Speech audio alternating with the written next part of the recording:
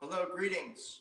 Brother Tomasio here, graduate of Franciscan University, 1985. Okay, so now we're going to continue with the nightmare, theological nightmare. All right, we already talked about the, the lukewarmness, preaching one thing, living another thing problem, okay? So the other problem that we're running into is just theological confusion.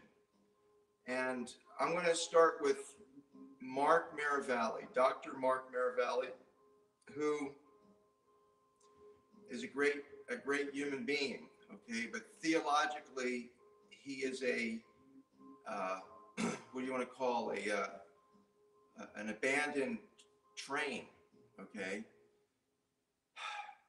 Mark Miravalli went out of his way to present himself as the top Marian theologian in the world, okay? And he told everybody Mary is co-redemptrix, mediatrix, advocate, and that this is the fifth Marian dogma, and he's right in the heart and center of that. Well, it's 2000 and almost 18, and we have no fifth Marian dogma, and we're not even close to a fifth Marian dogma. And no thanks to Dr. Mark Miravalli. So what has he done now? What has Dr. Miravalli done now? So he's gone from Mary to Joseph.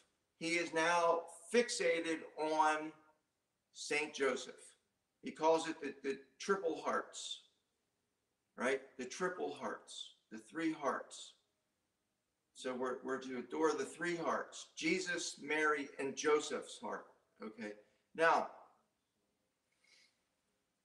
anybody knows that we don't go from Mary to Joseph. We go from Mary to Jesus.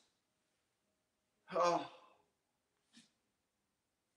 But Mark's going from Mary to Joseph. Okay, now, I'm not going to get on that train, Mark. I'm sorry. He already, you know why he messed up with the fifth Marian dogma? Because he doesn't understand it. He doesn't understand the Immaculate Conception, let alone the fifth Marian dogma.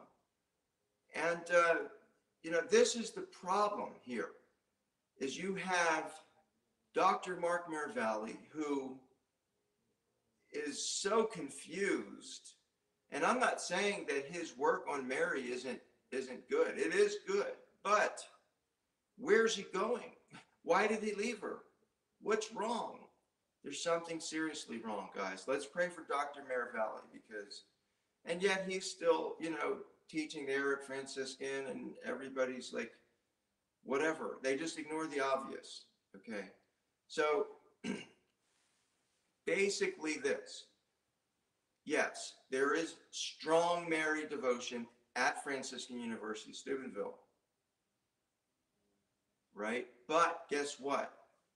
It's kept down, okay, as much as possible. Trust me, it should be much stronger, but it's kept down. Why? Well, because of honestly, this thing here, the Damiano demon. Okay, this thing is keeping everybody at bay, and this is what's going on. You can't have this kind of a Jesus all over the campus and expect anybody to really take you very, very seriously. And that's what's going on there at Franciscan, is they've worked themselves into a complete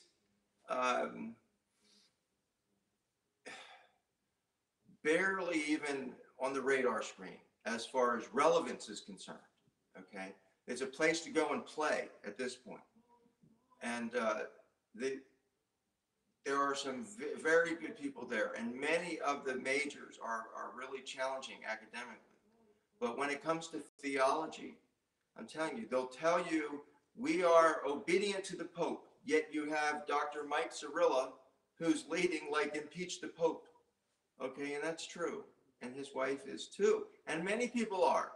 I'm not, but many people there are. But then yet they claim fidelity to the Pope.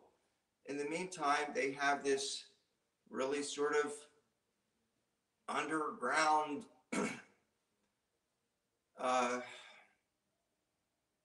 ultra-conservatism that's very influential there, okay, including the firing of Rebecca Weiss, who theologically is, I don't know, I don't quite,